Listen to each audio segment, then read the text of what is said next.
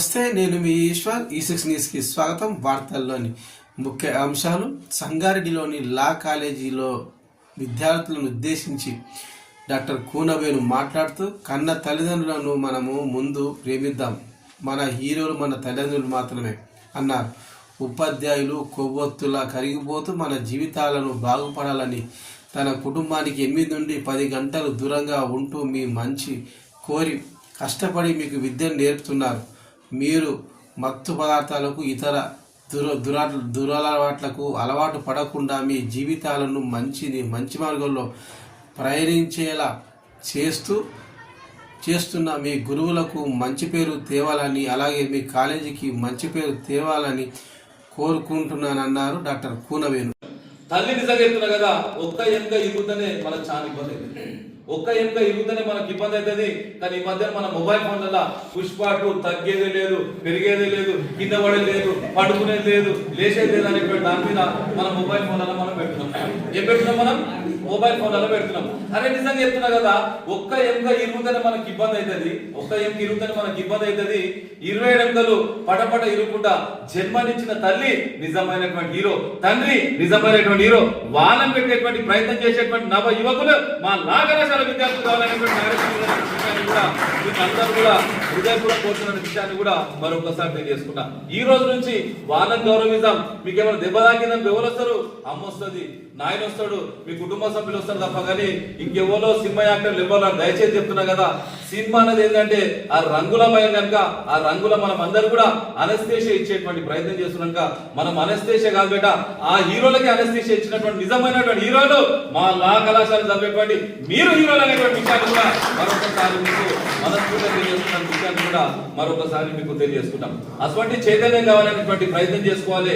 కానీ మన దగ్గర ఏంటంటే చిన్న చిన్న దాన్ని కూడా పెద్ద పెద్దగా చేసుకొని ఏదో హీరోయిజం అనేటువంటి దాన్ని, హీరోయిజం అంటే దేనంటారు? నిజంగా చెప్తున్నా, హీరోయిజం దేనంటారంటే ఉదయం 3 గంటలకు లేచేటువంటి వ్యక్తులు నిజమైనటువంటి హీరోలు, పుస్తకాలు చదువుకుంటుంటూ నిజమైన హీరోలు, ఆటలు నిజమైన హీరోలు, యూనివర్సిటీకి కానీ మన లా కళాశాలకు సంబంధించిన పేరు తెచ్చిన వాళ్ళు హీరోలు తప్ప కొట్లాటలు పంచాయతీలు పెట్టుకొని ఎల్లాట దుంగులాట చేసుకుంటారు వాళ్ళు హీరోలు కాదు బేట.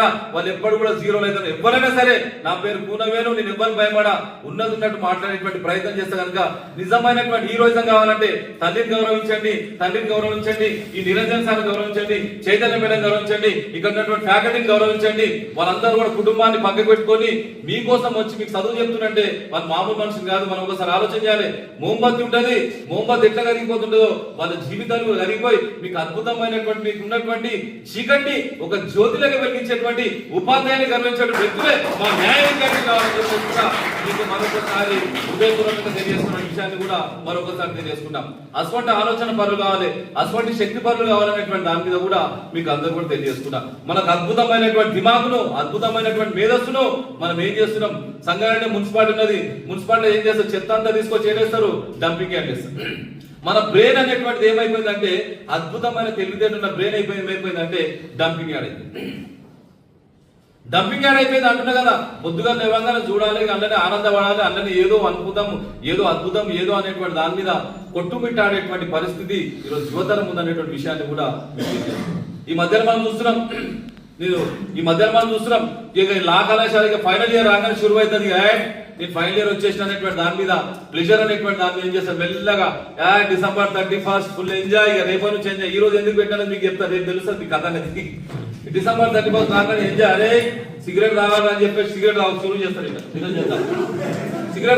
సిగరెట్ తాగుతుంటారా? ఇక రింగులు తీసుకుంటారు. రింగులు తీసేది అది నాయన, అది రింగులు కాదు బేట. ఆ రింగుల లా కళాశాల విద్యార్థులు బొంగులు కావద్దంటే ఈ రోజు నుంచి ఆ సిగరెట్ అనేటువంటి దాన్ని కూడా పక్కకు పెట్టేటువంటి ప్రయత్నం చేయాలి.